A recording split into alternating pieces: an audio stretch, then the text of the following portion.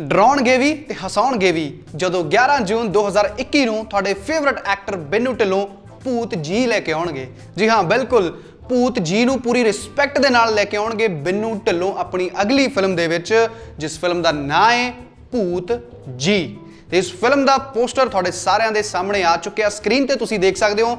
ਆਪਣੀ ਨਵੀਂ ਫਿਲਮ ਦੀ ਅਨਾਉਂਸਮੈਂਟ ਕਰ ਦਿੱਤੀ ਹੈ ਬਿੰਨੂ ਢਿੱਲੋਂ ਸਾਹਿਬ ਨੇ ਤੇ ਫਿਲਮ ਦਾ ਨਾਂ ਹੈ ਜੀ ਭੂਤ ਜੀ।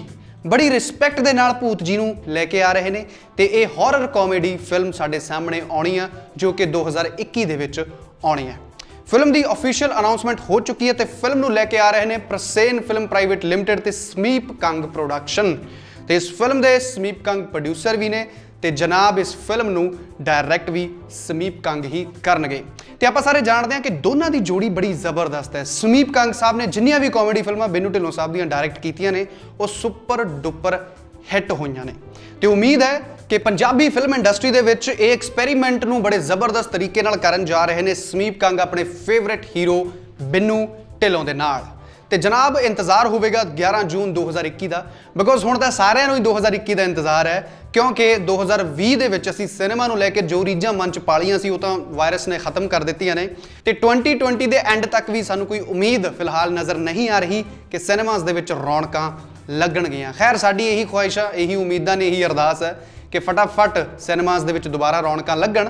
ਪਰ ਇੱਕ ਗੱਲ ਜਿਹੜੀ ਸਾਨੂੰ ਖੁਸ਼ੀ ਦੇ ਰਹੀ ਆ ਉਹ ਇਹ ਦੇ ਰਹੀ ਆ ਕਿ 2021 ਦੇ ਲਈ ਕਾਫੀ ਵੱਡੀਆਂ ਫਿਲਮਾਂ ਤੇ ਪ੍ਰੋਜੈਕਟ ਅਨਾਉਂਸ ਹੋ ਰਹੇ ਨੇ ਤੇ ਅਸੀਂ ਉਮੀਦ ਕਰਦੇ ਹਾਂ ਕਿ ਜੋ ਮਜ਼ਾ, ਜੋ ਨਜ਼ਾਰੇ, ਜੋ ਲੁਤਫ ਆਪਣੇ ਪਰਿਵਾਰ ਦੇ ਨਾਲ, ਫੈਮਿਲੀ ਦੇ ਨਾਲ ਅਸੀਂ 2020 ਦੇ ਵਿੱਚ ਨਹੀਂ ਲੈ ਸਕੇ ਸਿਨੇਮਾਸ ਦੇ ਵਿੱਚ ਜਾ ਕੇ, ਉਹ ਡੈਫੀਨੇਟਲੀ ਅਸੀਂ 2021 ਦੇ ਵਿੱਚ ਤਾਂ ਲਵਾਂਗੇ।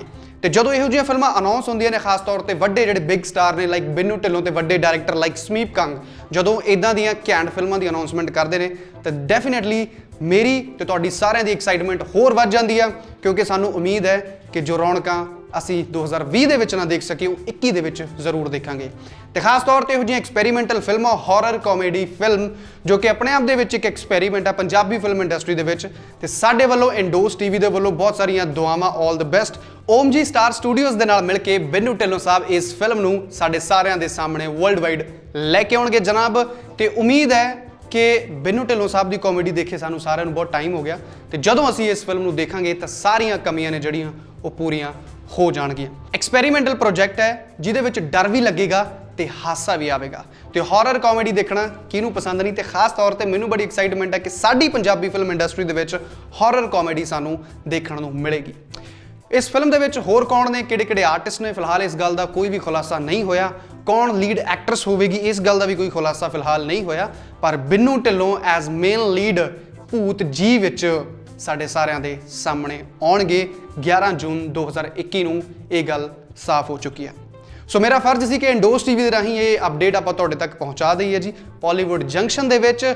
ਸੋ ਇਸ ਫਿਲਮ ਦੇ ਨਾਲ ਜੁੜੀ ਹੋਈ ਅਗਰ ਕੋਈ ਅਗਲੀ ਅਪਡੇਟ ਸਾਡੇ ਤੱਕ ਪਹੁੰਚਦੀ ਆ ਤਾਂ ਅਸੀਂ ਬਾਲੀਵੁੱਡ ਜੰਕਸ਼ਨ ਦੇ ਰਾਹੀਂ ਤੁਹਾਡੇ ਤੱਕ ਜ਼ਰੂਰ ਪਹੁੰਚਾਵਾਂਗੇ, ਤੁਹਾਡੇ ਆਪਣੇ favourite TV channel Indoz TV Australia ਦੇ ਰਾਹੀਂ। ਸਤਿ ਸ਼੍ਰੀ ਅਕਾਲ।